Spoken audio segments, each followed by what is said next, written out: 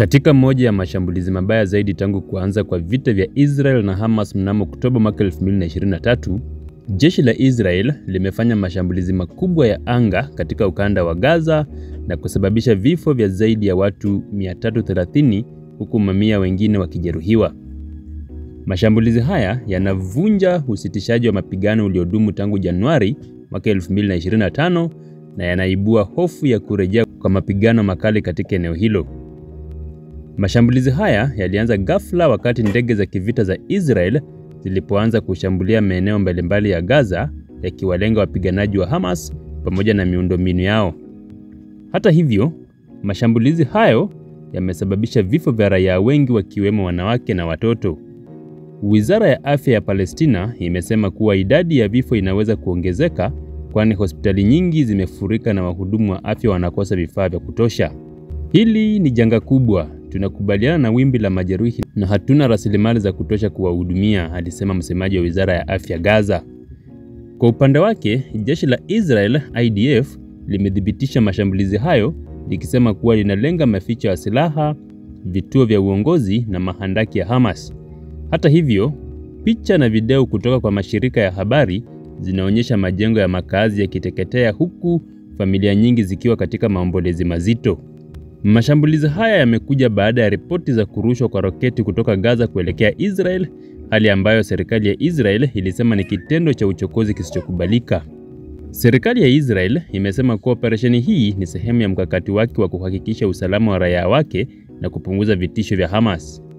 Kwa upande mwingine, Hamas imesema kuwa mashambulizi haya ni ukiukaji mkubwa wa haki za binadamu na kuwa Israel haijawahi kuwa na nia ya kweli ya kusimamisha vita.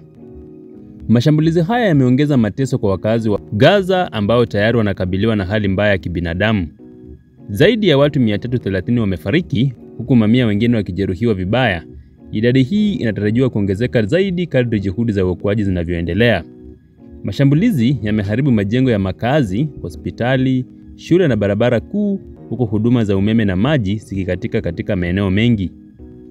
Pamoja na mashambulizi haya, mamilioni ya Wapalestina wanakabiliwa na ukosefu wa chakula, maji safi na huduma za afya, huku mashirika ya misaada yakishindwa kufikisha msaada kwa walioathirika. Hatuna chakula wala maji, hatuna pa kukimbilia, alisema mkazi mmoja wa Gaza aliyezungumza na waandishi wa habari. Mashambulizi haya yameibua hisia tofauti duniani. Marekani imesema kuwa Hamas imekiuka makubaliano ya amani kwa kuendelea kurusha roketi, hivyo kuhalalisha hatua ya Israel ya kujilinda. Umoja wa Mataifa UN umetoa wito wa kusimamishwa kwa mashambulizi mara moja na kurejelea mazungumzo ya amani. Nchi za Kiarabu kama Misri na Qatar zimekashifu mashambulizi haya zikisema kuwa yanahujumu juhudi za amani na kuongeza mateso kwa raia wa Gaza. Huku hali ikizidi kuwa mbaya, dunia inasubiri kuona iwapo juhudi za kidiplomasia zitaweza kuzuia kuzorota zaidi kwa mgogoro huu. Je, Israel itaendelea na operesheni zake za kijeshi au mashinikizo ya kimataifa yataifanya ipunguze mashambulizi? Kwa sasa, raia wa kawaida wa Gaza wanabaki kuwa wahanga wakubwa wa mgogoro huu usio na dalili za kukamilika hivi karibuni.